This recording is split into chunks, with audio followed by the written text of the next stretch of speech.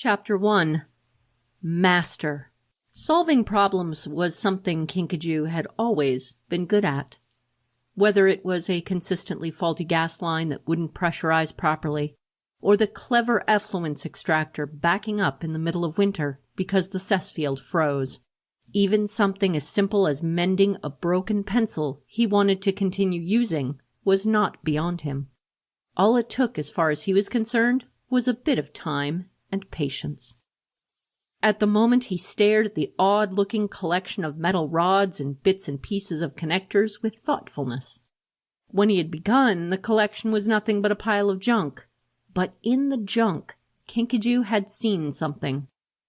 His imagination had seized hold of the pile. Now the collection was in the rough shape of a standing form.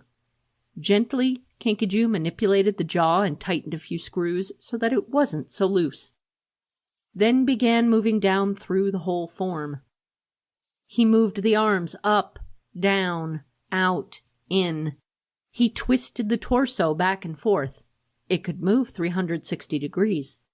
Then the legs one at a time. He was especially proud of the weighting system. When one leg went up, the rest of the form shifted so that it wouldn't fall down. It wasn't pretty, but it was solid. The steam box in the back was rudimentary.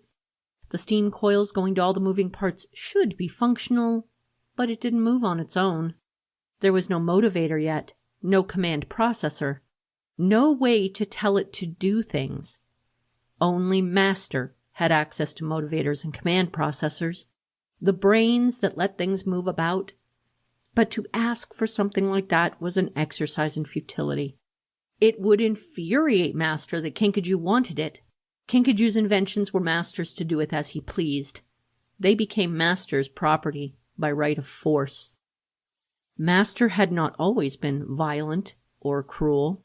In Kinkajou's memory, the first hazy experiences of inventing had been positive, bringing Master a tiny model of the well pump he had thought up. Master smiled at young Kinkajou. The hands had been gentle as they turned the model from side to side. "Ah, look how clever you've made the bull gear and arm. This should work perfectly in our collection of treasures. Good job, Kinkajou."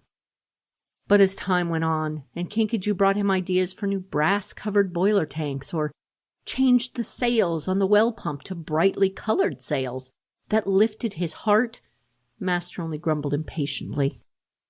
"Useless. Why do you have to make everything so complicated? Just fix it so it works and move on."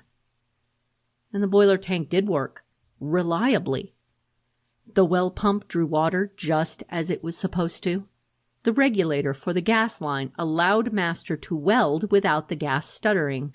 Never again did the toilet back up after Kinkajou had restructured the cess field, so the pipes were covered by insulation and the double pits could be switched from processing to collecting.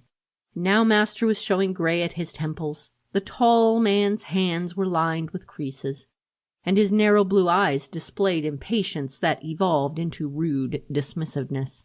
If one of his projects didn't work out, his creased hand would thump with disturbing force on the workbench. "Master, if I don't need your help with this. Get out. Go back to the kitchen where you'll do some good for once."